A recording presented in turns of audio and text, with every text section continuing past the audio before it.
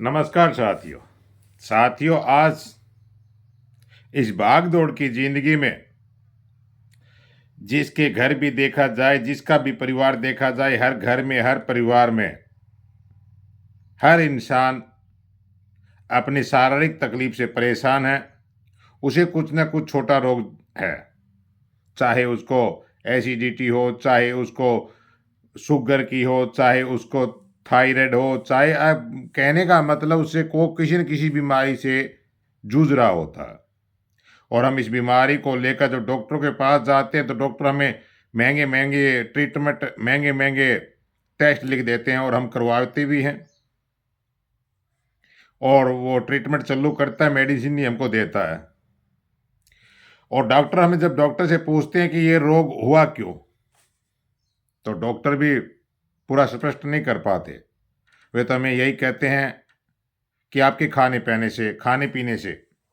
यहाँ तक कि खाने पीने का जब नाम आता है तो बड़ा उस डॉक्टर की बात बहुत सच साबित होती है, खाने पीने से। और डॉक्टर फिर हमें यह कहता है कि आप हरी सब्जियां ज़्यादा खाइएगा, फ्रूट ज़्यादा खाइएगा। और फिर हम सब्जियां ज़्यादा खाते हैं, फ्रूट ज़्यादा खाते हैं, और खाते हैं तो सुधार नहीं होता और ज़्यादा बीमार हो जाते हैं।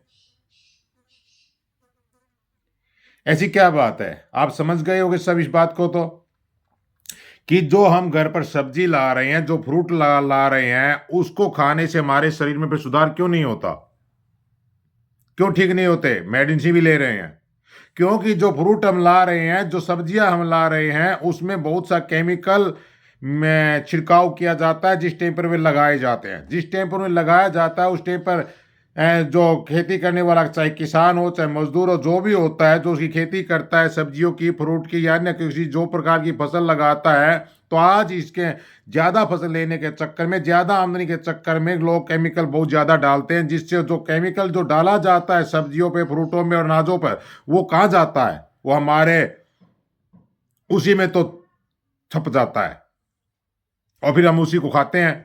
तो कैसे ठीक होंगे?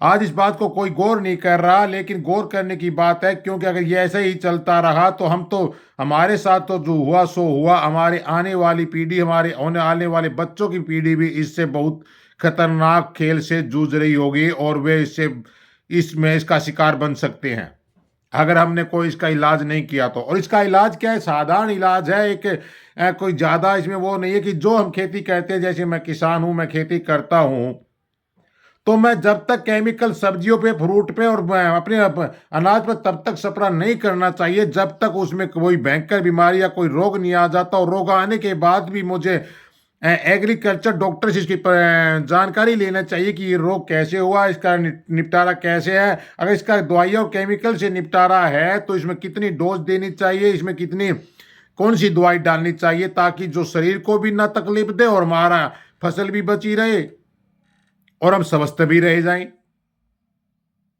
क्या अगर वो केमिकल से ही जो रोग आया, क्या वो केमिकल, क्या वो कीटनाशक से ही रोग खत्म होगा, या किसी ऑर्गेनिक दवाई से या ऑर्गेनिक स्प्रे जो लगाते हैं उससे भी ठीक हो सकता है क्या? बात सोचने की है।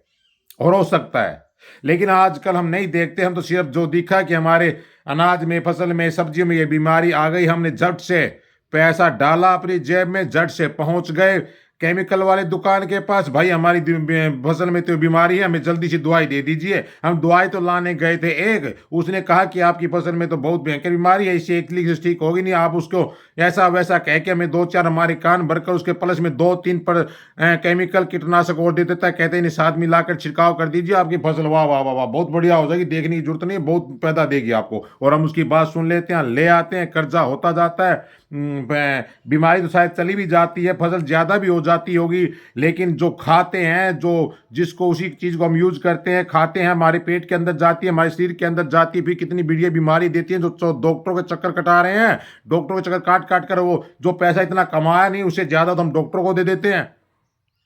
क्या ऐसे ही चलता रहेगा? नहीं साथियों, हमें इस बात को सोचना होगा कि भले ही हमारी आमदनी कम हो, लेकिन अच्छी चीज हो, अच्छी फसल हो, अच्छे फ्रूट हो, अच्छी सब्जी हो, अच्छा अनाज हो, उसमें किसी प्रकार का जहर ना हो, यह हमें सोचना होगा। और ये हम ही कर सकते हैं, कोई दूसरा करने वाला नहीं आएगा ऊपर से, ना तो भगवान आएगा करने के लिए और ना कोई और आकर ये कहेगा हमें। अगर हम अपना घर चलाते हैं, हम अपनी खेती करते हैं, तो खुद को ही करना होगा।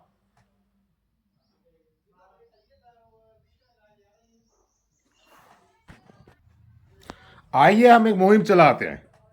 उस मुहिम में उन किसानों से जरूर अपील करना चाहते हैं जो खेती करता है, खेती पर डिपेंड है, और जो चाहे सब्जी लगाता हो, चाहे फ्रूट लगाता हो, या अन्य किसी प्रकार का अनाज लगाता हो,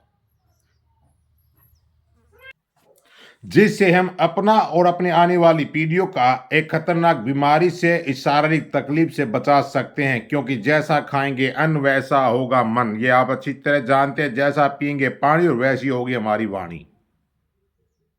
तो आपको ज्यादा कुछ नहीं करना, आप अपनी जबकि फसल में जब तक कोई बीमारी ना आए तब तक बिना डॉक्टर की राय के उसमें कोई कीटनाशक नहीं डालना, और कीटनाशक डालना भी पड़े तो आजकल बहुत से ऑर्गेनिक कीटनाशक बनाए जा रहे हैं जो स्वास्थ्य के लिए अच्छे हैं और किसी प्रकार की वो तकलीफ नहीं देते, हुए भी डालकर हम अपनी फसल को बचा सकते हैं। आइए बचें और बचाएं ऐसी भयानक जो खाने से उत्पन्न होती है, खाने वाली चीजों से हम जो डाल रहे हैं, उस बीमारी से बचेंगे। और बचेंगे तभी जब हम कुछ करेंगे, सुधार करेंगे।